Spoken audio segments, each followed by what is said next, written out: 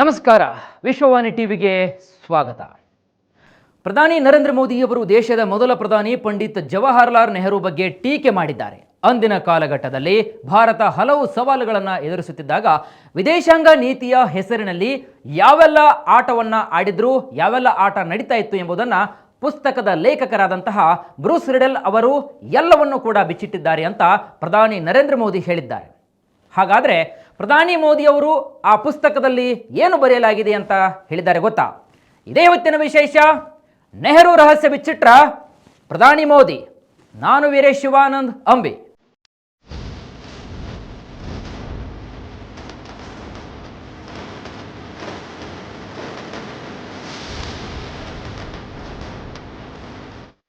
ವಿದೇಶಾಂಗ ನೀತಿಯಲ್ಲಿ ಆಸಕ್ತಿ ಹೊಂದಿರುವವರು ಬ್ರೂಸ್ ರಿಡೆಲ್ ಅವರು ಬರೆದಂತಹ ಪುಸ್ತಕವನ್ನು ನೀವು ಓದಲೇಬೇಕಾಗುತ್ತೆ ಅಂತ ಪ್ರಧಾನಿ ಮೋದಿಯವರು ಹೇಳಿದ್ದಾರೆ.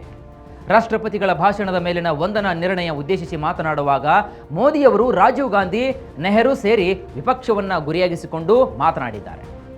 ಇನ್ನು ಬಜೆಟ್ ಕುರಿತು ಮಾತನಾಡುವ ಸಂದರ್ಭದಲ್ಲಿ ಅದರಲ್ಲೂ ಕೂಡ ದೇಶದ ಮೊದಲ ಪ್ರಧಾನಿ ಪಂಡಿತ್ ಜವಾಹರಲಾಲ್ ನೆಹರು ಬಗ್ಗೆ ಮಾತನಾಡುತ್ತಾ ಟೀಕೆಯನ್ನು ಮಾಡಿದ್ದಾರೆ. ಇಂಗ್ಲಿಷ್ನ JF ಕೇಸ್ ಫಾರ್ಗಟನ್ ಕ್ರೈಸಿಸ್ ಪುಸ್ತಕದ ಬಗ್ಗೆ ಮಾತನಾಡಿದಂತಹ ಪ್ರಧಾನಿ ಮೋದಿಯವರು ವಿದೇಶಾಂಗ ನೀತಿಯ ಹೆಸರಿನಲ್ಲಿ ಎಂತಹ ಆಟವನ್ನು ಆಡ್ತಿದ್ರು ಅಂತ ನಿಮಗೆ ಗೊತ್ತಾಗಬೇಕಂದ್ರೆ ನೀವು ಈ ಪುಸ್ತಕವನ್ನು ಕಡ್ಡಾಯವಾಗಿ ಓದಲೇಬೇಕೆಂದು ಹೇಳಿದ್ದಾರೆ.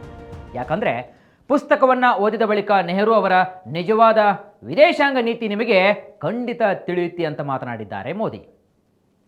ಈ ಪುಸ್ತಕ ಭಾರತದ ಮೊದಲ ಪ್ರಧಾನಿ ಪಂಡಿತ್ ಜವಾಹರಲಾಲ್ ನೆಹರು ಮತ್ತು ಅಮೆರಿಕಾದ ಅಂದಿನ ಅಧ್ಯಕ್ಷ ಜಾನ್ ಎಫ್ ಕೆನಡಿ ನಡುವೆ ನಡೆದಂತಹ ಒಂದು ಚರ್ಚೆಯ ವಿವರಣೆಯನ್ನು ಒಳಗೊಂಡಿದೆ. ಇನ್ನು ಅಂದಿನ ಕಾಲಘಟ್ಟದಲ್ಲಿ ಭಾರತ ಹಲವು ಸವಾಲುಗಳನ್ನು ಎದುರಿಸುತ್ತಿದ್ದಾಗ ವಿದೇಶಾಂಗ ನೀತಿಯ ಹೆಸರಿನಲ್ಲಿ ಯಾವೆಲ್ಲ ಆಟಗಳನ್ನು ಆಡ್ತಾ ಇದ್ರು, ಯಾವೆಲ್ಲ ಆಟ ನಡೀತಾ ಇತ್ತು ಎಂಬುದನ್ನು ಪುಸ್ತಕದ ಲೇಖಕರಾದಂತಹ ಬ್ರೂಸ್ ರಿಡೆಲ್ ಅವರು ಎಲ್ಲವನ್ನೂ ಕೂಡ ಬಿಚ್ಚಿಟ್ಟಿದ್ದಾರೆ ಅಂತ ಪ್ರಧಾನಿ ಮೋದಿಯವರು ಸಂಸತ್ನಲ್ಲಿ ಹೇಳಿದ್ದಾರೆ. ಹಾಗಾದರೆ ಪುಸ್ತಕದಲ್ಲಿ ಏನು ಬರೆಯಲಾಗಿದೆ ಅಂತ ನೋಡಿದಾಗ ವಾಸ್ತವವಾಗಿ ಈ ಪುಸ್ತಕವು ಅಮೆರಿಕದ ಮಾಜಿ ಅಧ್ಯಕ್ಷ ಜಾನ್ ಎಫ್ ಕೆನಡಿ ಮತ್ತು ಭಾರತದ ಮೊದಲ ಪ್ರಧಾನಿ ನಡುವಿನ ಭೇಟಿಯ ಅನುಭವದ ಬಗ್ಗೆ ತಿಳಿಸುತ್ತೆ. ಜೊತೆಗೆ ಕಾಂಗ್ರೆಸ್ಗೆ ಮುಜುಗರವನ್ನು ಉಂಟು ಮಾಡುವಂತಹ ಅನೇಕ ಘಟನೆಗಳನ್ನು ಕೂಡ ತಿಳಿಸುತ್ತೆ. ಇಲ್ಲಿ ಪ್ರಧಾನಿ ಮೋದಿಯವರು ಆ ಘಟನೆಯನ್ನು ವಿವರಿಸದೆ ಬರೀ ಪುಸ್ತಕದ ಹೆಸರನ್ನು ಮಾತ್ರ ಹೇಳಿದ್ದು ಅಸಲಿ ಸಂಗತಿಗಳನ್ನು ನೀವು ಒಂದು ವೇಳೆ ತಿಳಿಯಲು ಈ ಪುಸ್ತಕವನ್ನು ಕಡ್ಡಾಯವಾಗಿ ಓದಲೇಬೇಕು ಅಂತ ಹೇಳಿದ್ದಾರೆ.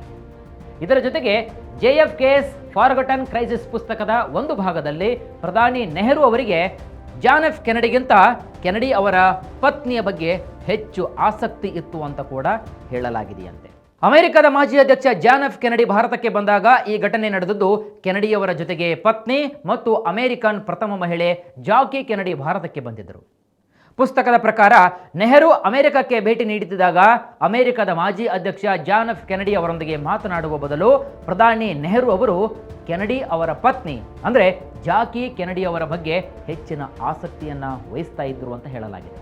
ಜಾಕಿ ಕೆನಡಿ ಭಾರತಕ್ಕೆ ಬಂದಾಗ ಅಮೆರಿಕದ ರಾಯಭಾರ ಕಚೇರಿಯು ಕೂಡ ಜಾಕಿ ಕೆನಡಿಗೆ ಉಳಿದುಕೊಳ್ಳಲು ಅಂದರೆ ತಂಗಲು ಪ್ರತ್ಯೇಕವಾದಂತಹ ವಿಲ್ಲಾವನ್ನು ಬಾಡಿಗೆ ಕೂಡ ಪಡೆದಿತ್ತು.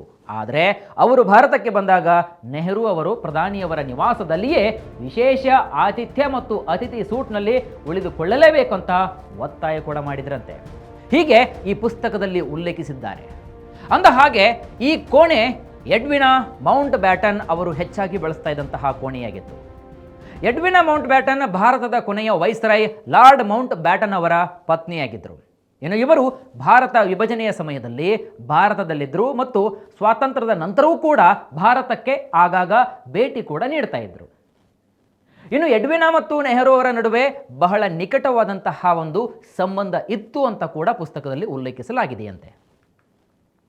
ಇನ್ನು ಪುಸ್ತಕದಲ್ಲಿ ಹೇಳಲಾಗಿರುವಂತಹ ಮತ್ತೊಂದು ಒಂದು ಘಟನೆಯಲ್ಲಿ ಜಾಕಿ ಕೆನಡಿಗಿಂತ ತುಂಬ ಆಕರ್ಷಿತರಾದಂತಹ ನೆಹರು ಅವರು ತಮ್ಮ ಮನೆಯ ಮುಖ್ಯ ದ್ವಾರದಲ್ಲಿ ಒಂದೇ ಒಂದು ಫೋಟೋವನ್ನು ಹಾಕಲಾಗಿತ್ತಂತೆ. ಅದು ಕೂಡ ಜಾಕಿಯದ್ದು.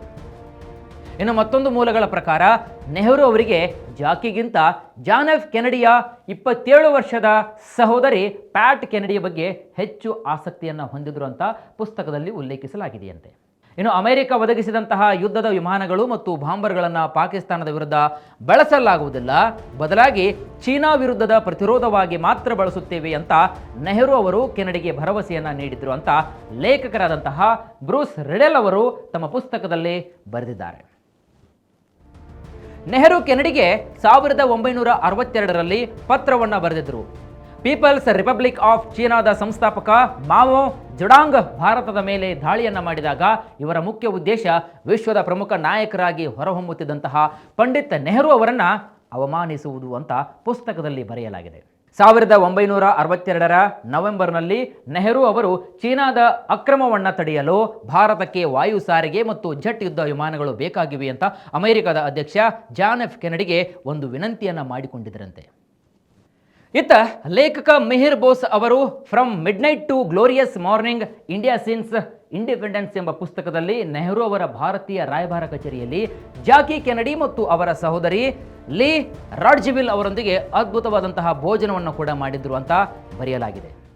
ಮತ್ತೊಂದು ಕಡೆಗೆ ಅಮೆರಿಕದ ಮಾಜಿ ರಾಯಭಾರಿ ಗಾಲ್ ಬ್ರೈತ್ ಕೂಡ ತಮ್ಮ ಪುಸ್ತಕದಲ್ಲಿ ಒಂದು ಪದವನ್ನು ಬರೆದುಕೊಂಡಿದ್ದಾರೆ. ಭಾರತೀಯ ಪ್ರಧಾನಿ ನೆಹರು ಅವರು ಜಾಕಿ ಕೆನಡಿ ಅವರೊಂದಿಗೆ ಹೋಳಿ ಹಬ್ಬವನ್ನು ಆಚರಿಸಿದರು.